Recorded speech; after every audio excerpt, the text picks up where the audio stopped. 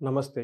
మనం జూన్ మాసం యొక్క రాశి ఫలాల గురించి మాట్లాడుకుంటున్నాం. అందులో భాగంగా మీనరాశి వారి గురించి మనం మాట్లాడుకుందాం. మీనరాశి వారికి జూన్ మంత్ యొక్క రాశి ఫలాలు చూస్తే ఇంతకుముందు ఉన్న 2, 3 నెలలతో కంపేర్ చేస్తే చాలా బాగా విశేషంగా ఉండే అవకాశం చాలా ఎక్కువగా ఉండి, ఇంతకుముందు పడిన బాధల నుండి చాలా వరకు ఉపశమనం వస్తుందని మనం చెప్పుకోవాలి. ఇందులో ఒకటి ఈ రాశిలో వీళ్ళకి షష్టగ్రహ కూటమి ఉండటం వల్ల లాస్ట్ 3 నెలలు, అంతకుముందు ఉన్న ఒక 5, 6 నెలల వరకు చాలామంది ఇబ్బంది పడున్నారు. అయితే ఈ టైంలో చాలా వరకు గ్రహాలు అక్కడ నుంచి ఈ మీనరాశిలో నుంచి బయటికెళ్ళిపోయినాయండి. తర్వాత కొన్ని గ్రహాలు వీళ్ళకి చాలా బాగా ఫేవరబుల్‌గా కూడా ఉన్న పొజిషన్‌లో ఉన్నాయని మనం చెప్పుకోవాలి. అంతేకాకుండా ఈ రాశి వాళ్ళు నాకు చాలామంది కాల్ చేస్తూ ఉంటారండి. ఒక్కసారి మీరు ఉగాది రాశి ఫలాల గురించి నేను చాలా క్లీన్‌గా మీకు ఏలినాటి శని నడుస్తోంది. ఏలినాటి శని కూడాను సెకండ్ స్టేజ్‌లో ఉందనమాట. ఏలినాటి శని సెకండ్ స్టేజ్‌లో ఉంటే ఎలా ఉంటుంది? ఏంటి? అలానే పెద్ద పెద్ద గ్రహాలు గురువు, రాహు, కేతువులు మారితే ఎలా ఉంటుంది? హోల్ ఇయర్ మనకి విశ్వవసునామ సంవత్సరంలో ఎలా ఉందనేది చాలా క్లీన్‌గా ఎక్స్‌ప్లెయిన్ చేయడం జరిగింది. ఒక్కసారి మీరు దాన్ని కూడా చూసి అందులో ఉన్న పరిహారాలు ఖచ్చితంగా చేయండి. అవి చేస్తూ ఇప్పుడు జూన్ మంత్ యొక్క ఫలితం ఎలా ఉందో చూడండి. జూన్ మంత్ కూడా కొన్ని పరిహారాలు మీకు ఇవ్వటం జరుగుతుంది. ఒక ముక్కలో చెప్పాలంటే మీనరాశి వారికి జూన్ మంత్‌లో చాలా బాగుంది అని మనం చెప్పుకోవచ్చు. అంటే చాలా చాలా బెస్ట్‌గా ఉందని మనం చెప్పుకోవచ్చు.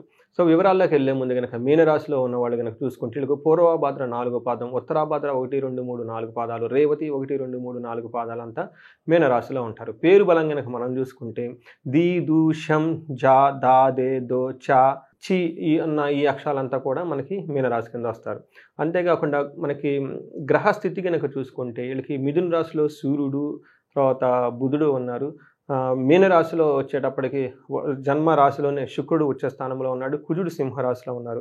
ఈ యొక్క గ్రహస్థితిని బట్టి గనక మనం చూసుకుంటే వీళ్ళకి ఎలా ఉండబోతుంది అంటే ఫస్ట్ సూర్యుడు వల్ల వీళ్ళకి మిక్స్డ్ రిజల్ట్ అని మనం చెప్పుకోవాలి. అయితే వీళ్ళకి అఘోరం జరిగే సంఘటనలు ఎక్కువగా ఉంటాయి. కానీ కుజుని వల్ల, బుధుని వల్ల, శుక్రుని వల్ల విపరీతమైన ధన ప్రవాహం వచ్చే అవకాశం ఎక్కువగా ఉంటుంది. ఆర్థికంగా చాలా బాగుంటుంది. ధన సంపదలు పెరిగే అవకాశం ఎక్కువగా ఉంటుంది. మనం వివరాల్లోకి గనక చూసుకుంటే సూర్యుడి వల్ల వీళ్ళకి మిక్స్డ్ రిజల్ట్ 4వ ఇంట్లో ఉండటం వల్ల 4th హౌస్‌ని గృహం అంటారు.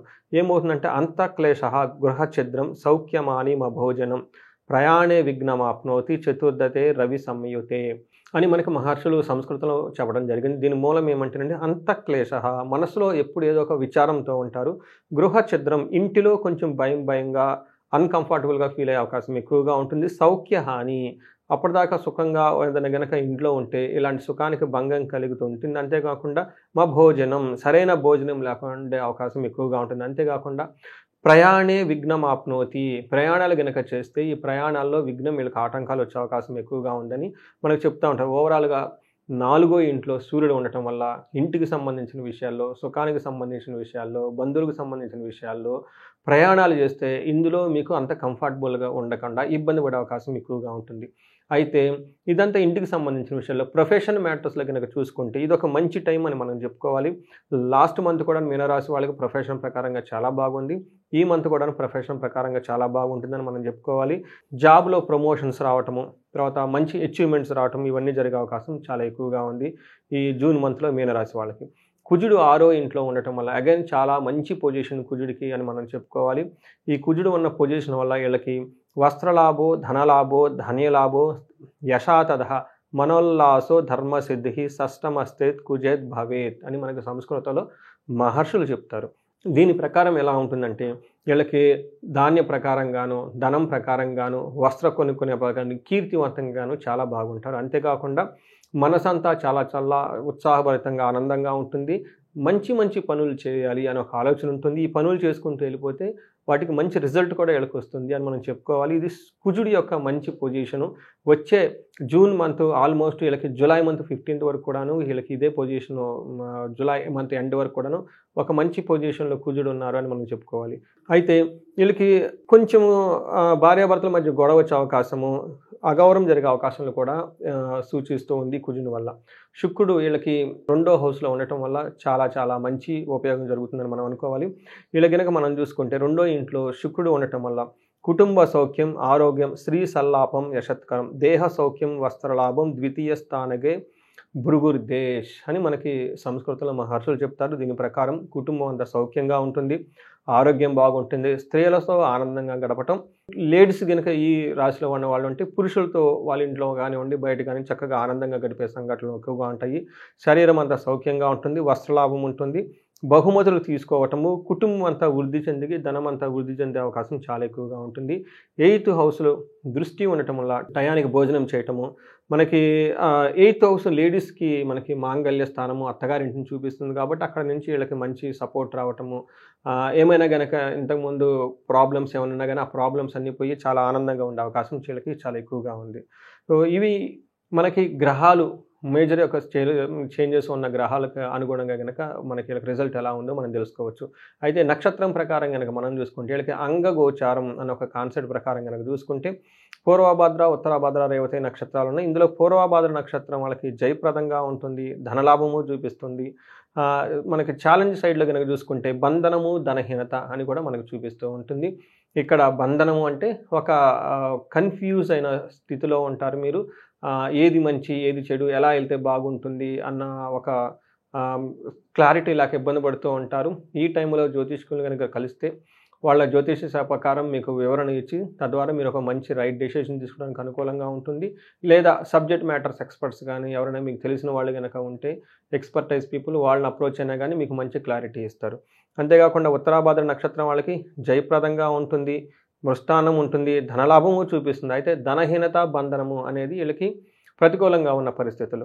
రేవతి నక్షత్రం వాళ్ళకి కనుక చూసుకుంటే వీళ్ళకి ఐశ్వర్యవంతంగా ఉంటుంది, జయప్రదంగా ఉంటుంది, చక్కగా ధనలాభం కూడా చూపిస్తుంది.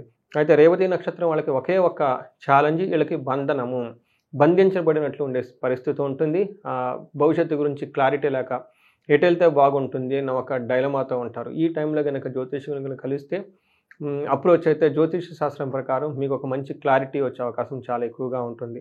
ఇంకా ఇవి కాకుండా వీళ్ళకి ఛాలెంజెస్ నక్షత్రం ప్రకారంగా మనం చూసుకుంటే ఉత్తరాభాద్ర నక్షత్రం వాళ్ళకి స్త్రీ నాశనం, బుద్ధి నాశనం, రేవతి నక్షత్రం వాళ్ళకి బుద్ధి నాశనం, పూర్వభాద్ర నక్షత్రం వాళ్ళకి స్త్రీ నాశనం అని మనకు చూపిస్తూ ఉంది. ఇవి సరైన రెమెడీస్ కనుక ఫాలో అవుతే వీటి నుంచి వచ్చే ప్రతికూల పరిస్థితులను మనకు చాలా వరకు అధిగమించవచ్చు. మనకి పరిహారం కింద చూసుకుంటే వీళ్ళకి విష్ణు ఆలయాలు దర్శించడం చాలా చాలా ఉత్తమమైన ఫలితాలను ఇస్తుంది. బుధుడు వల్ల వీళ్ళకి బంధించబడినట్లుండే సిచ్యువేషన్స్ ఎక్కువగా మనకు చూపిస్తూ ఉంటుంది. అంతేకాకుండా ధనహీనతను కూడా చూపిస్తూ ఉంటుంది. ఎవరైతే గనక ధనానికి గనక ఇబ్బంది పడుతూ ఉన్నారో వాళ్ళు కుబేర పాశుపత హోమం చేయించుకుంటే చాలా బాగుంటుంది. ఉద్యోగానికి సంబంధించి చాలామంది ఉద్యోగం కోల్పోవటము ఇలాంటి పనులు జరుగుతూ ఉంటుంది. వీళ్ళకి ఆదిత్య హృదయ స్తోత్రం చదివిన, జయ పాశుపత హోమం చేయించుకున్నా కానీ వీళ్ళకి చాలా త్వరగా అనుకున్న సిద్ధి కలుగుతూ ఉంటుంది. ఉద్యోగంలో చాలా బాగా రాణిస్తారు. ఇవి కాకుండా వీళ్ళకి ఇంకా ఏదైనా గనక పనుల్లో ఆటంకాలు ఉన్నాయి, ఇబ్బందులు ఉన్నాయి కనుకుంటే లక్ష్మీ గణపతి హోమం చేయించుకున్న, జపం చేయించుకున్నా కానీ వీళ్ళకి ఉన్న ఆటంకాలన్నీ తొలగిపోయేసి చక్కగా ముందుకెళ్ళే అవకాశం చాలా బాగుంటుంది.